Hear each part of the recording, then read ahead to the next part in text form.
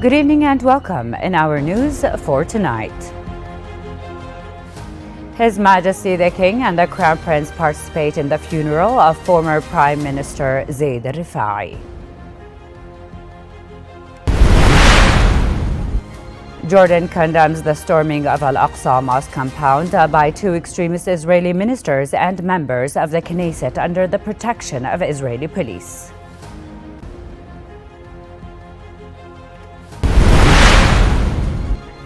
And Israeli occupation forces commit two massacres in the Gaza Strip, killing at least 32 Palestinians and injuring 88 others.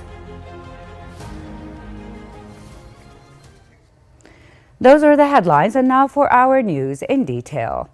His Majesty King Abdullah and His Royal Highness Crown Prince Al Hussein participated in the funeral of former Prime Minister Zaid al-Rifai at the Royal Cemetery. Several royal family members and senior officials and officers attended the funeral after performing the funeral prayer at the Royal Guards Mosque.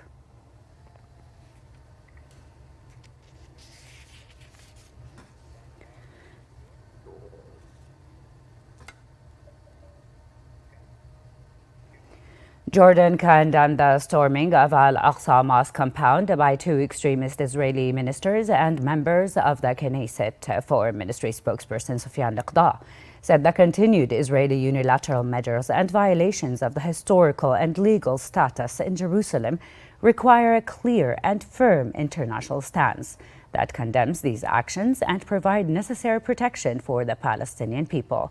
He said Al-Haram al-Sharif, with its full area of 144 dunums, is a place of worship exclusively for Muslims, with no Israeli sovereignty over it or over occupied East Jerusalem and its Islamic and Christian holy sites.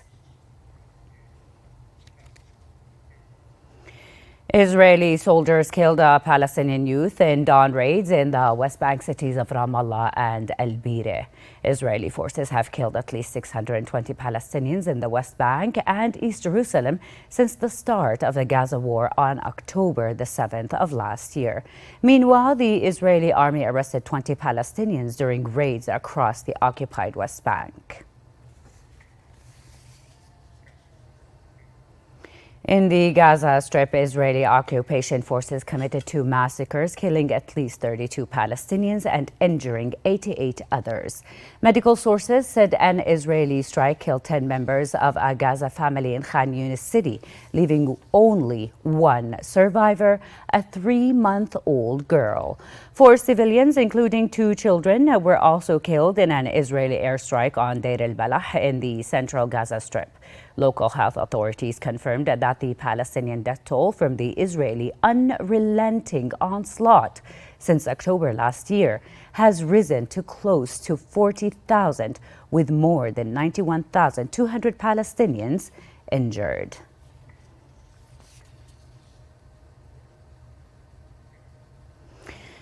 In Tehran rejected the 3 European countries' call asking it to refrain from any retaliatory strikes against Israel that would further escalate regional tensions. Iran's president told the UK Prime Minister that the regime in Tehran considers retaliation against Israel over the July killing of Hamas official Ismail Haniyeh a right and a way to discourage future aggression. President Masoud Pezeshkian, in a phone conversation with UK Prime Minister Keir Starmer, said the West's silence about unprecedented inhuman crime in Gaza was irresponsible and encouraged Israel to put regional and global security at risk.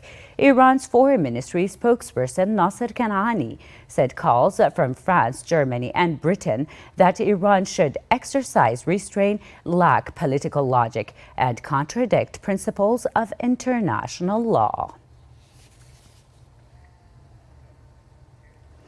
In other news, Russia's forces struck back at Ukrainian troops with missiles, drones, and airstrikes in actions that one senior commander said had halted Ukraine's advance after the biggest attack on sovereign Russian territory since the war began.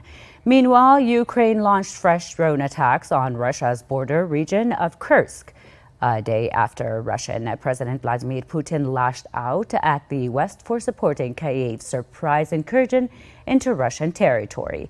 Russia's defense ministry said its air defense units destroyed 12 drones over the Kursk region, which Ukraine attacked a week ago. Ukraine's air forces, for its part, said Russia launched 38 attack drones and 2 Iskander missiles at Ukraine overnight, adding that 30 of the drones were destroyed. That's the end of our news for tonight. Thank you for watching.